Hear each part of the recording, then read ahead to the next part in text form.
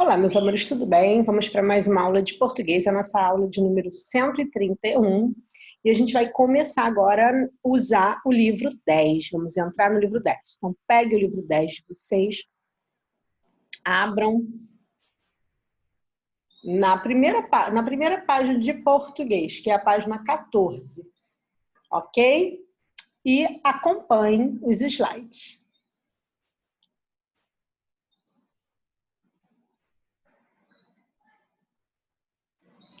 Se você não tiver o seu livro 10, você pode utilizar o livro virtual lá da área do aluno, não, do COC, tá?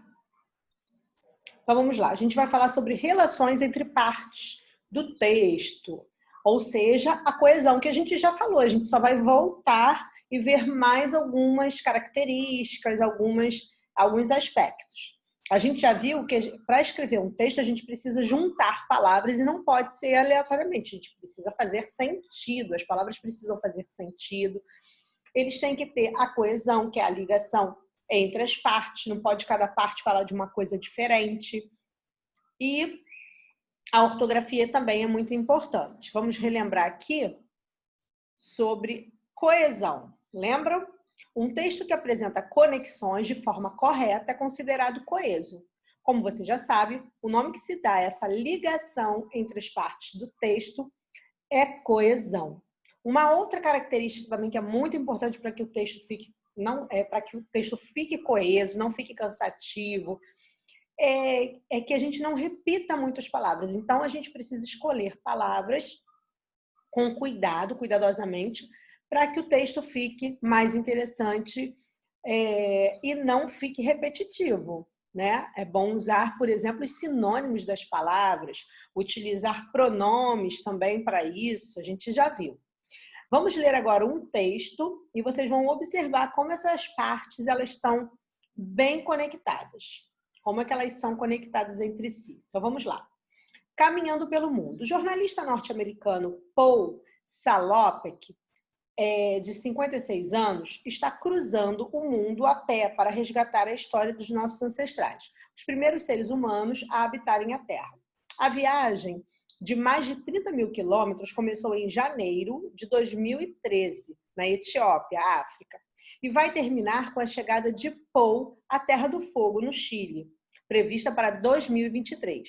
Vencedor de 2 prêmios Pulitzer, o mais importante do jornalismo, ele pretende fazer aquela que é considerada a primeira rota de migração humana da África à América do Sul. Lembra que a gente aprendeu?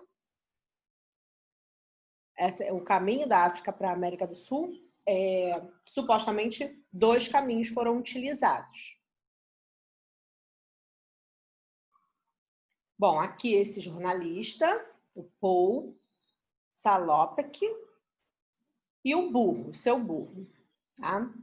Vocês vão ler, vão dar uma pausa no vídeo, vão pausar o vídeo, vão ler todo o restante do texto para que a gente possa realizar as atividades. Aqui são os caminhos, né? Na verdade, ele vai fazer esse caminho, olha, o mapa mostra em verde os lugares por onde o Paul já passou e em roxo os lugares por onde ainda irá passar. Então, ele já está por aqui, ó. Passou aqui e vai passar por esse roxo aqui, fazendo essa travessia.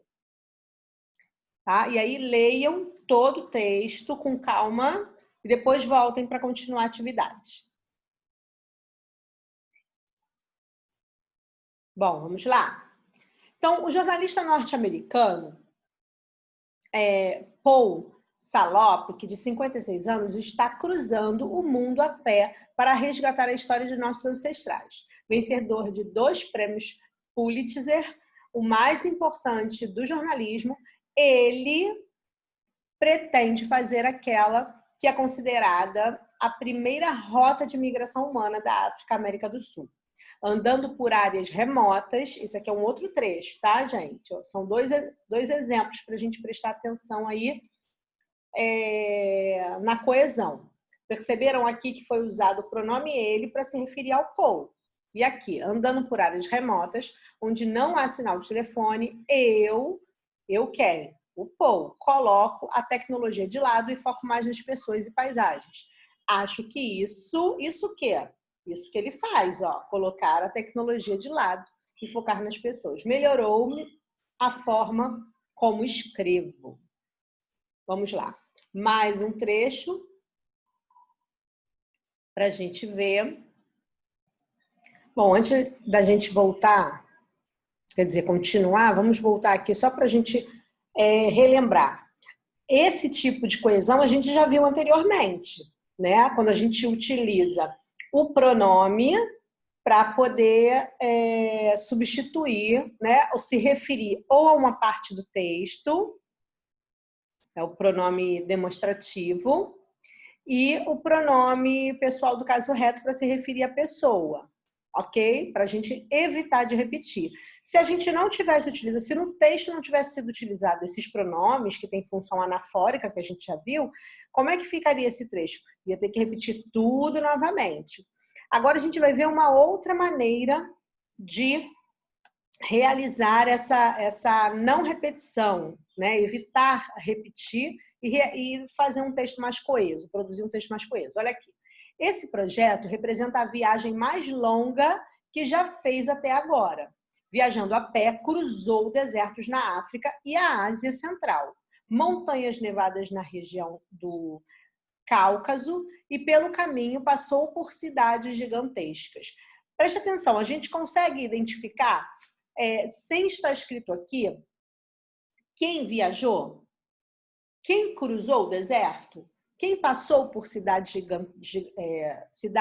gigantescas. Sim, a gente sabe que foi o Paul, o jornalista. Por quê? Porque anteriormente já foi falado que esse texto ele está se referindo à viagem do Paul. Então, uma outra forma da gente também não repetir tanto as palavras é omitir algumas. Nesse caso, foi omitido o nome, né, do jornalista, a pessoa, antes dos verbos, porque a gente sabe que é ele que está fazendo isso, é ele que está viajando, né? Então, a gente precisa analisar. Tem momentos que o texto vai permitir isso, que os leitores, como vocês estão se tornando leitores, a gente consegue já identificar de quem está sendo falado, mesmo sem usar o pronome, mesmo sem usar o próprio nome. Então, omitir também é uma maneira, é um recurso a ser utilizado. Agora vamos ver mais uma maneira de tornar o texto coeso e evitar a repetição das palavras. Vamos ler esse trecho aqui para a gente tomar como exemplo. Quando vocês virem isso aqui, significa que havia algo escrito antes e depois, e entre essas partes, tá? Então, vamos lá. Ele pretende fazer aquela que é considerada a primeira rota de migração humana, da África à América do Sul. Aí, num outro trecho, o caminho de Paul Salopek refaz a jornada dos primeiros seres humanos em suas explorações fora da África.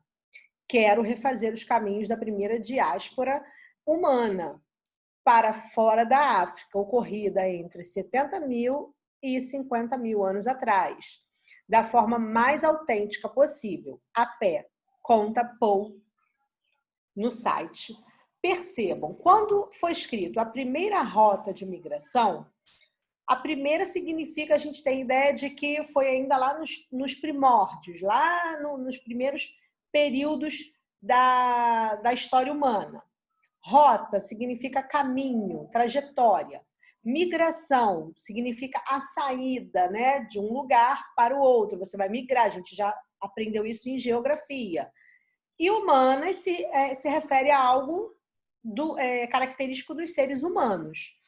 Esses outros trechos aqui, eles foram reformulados mais ou menos significando a mesma coisa desse primeiro trecho.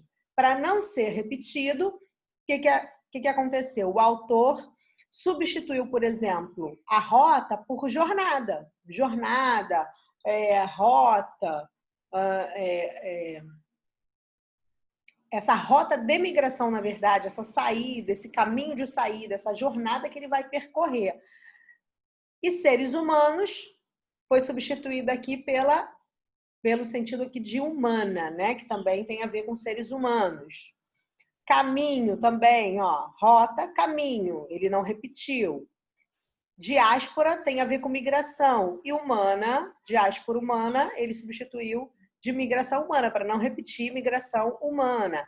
Ele repetiu a palavra e os termos primeira e primeiros, para dar ênfase que isso aconteceu lá naquele tempo do inicial da história humana. Então, também o sinônimo, as palavras sinônimas, como a gente já falou lá no início, é uma maneira de você não repetir as palavras e tornar esse texto coeso, tá? Então, a gente já viu aqui que a gente pode utilizar os pronomes, a gente pode omitir algumas palavras, alguns nomes, alguns termos que o texto permita, que o trecho permita, ou seja, que realmente fique claro, ou a gente pode utilizar também os sinônimos. Olha como ficaria esse trecho se não fosse utilizado as palavras sinônimas. Olha, ele pretende fazer aquela que é considerada a primeira rota de migração humana da África à América do Sul. O caminho de Paul Salopek refaz a primeira rota de migração humana em suas explorações fora da África. Quero refazer a primeira rota de migração humana para fora da África, ocorrida entre 70 mil e 50 mil anos atrás. Ou seja, ia ficar realmente repetitivo, cansativo, chato de ler e pobre, né? Pobre, com poucas palavras utilizadas. Então, você utilizar também os sinônimos, isso enriquece o texto. Num poema, por exemplo, ou num texto literário, a repetição de palavras às vezes cabe, não tem problema, fica até bonito, né? Num poema, às vezes você repete palavras, né? Como a gente já viu aquele poema que a gente repete os termos, lembram disso lá no início do ano? Porém, nesse tipo de texto, um texto mais técnico, né? Uma reportagem, a repetição de palavras é inadequada. Por isso que a gente tem que procurar substituir. E aqui nós vimos algumas formas de fazer essa substituição. Ok? Bom, vocês podem ler mais sobre essa viagem do Paul Salopek, tá bom? Nesse site, ou acessando aqui o site ou o QR Code. E vocês vão ficar agora com as atividades pós-videoaula, que a atividade é reler os textos. A tia Jorge explicou, falou, mas vocês precisam reler esses textos com atenção. Tá bom? E na próxima videoaula a gente faz a atividade. Um beijo e até lá!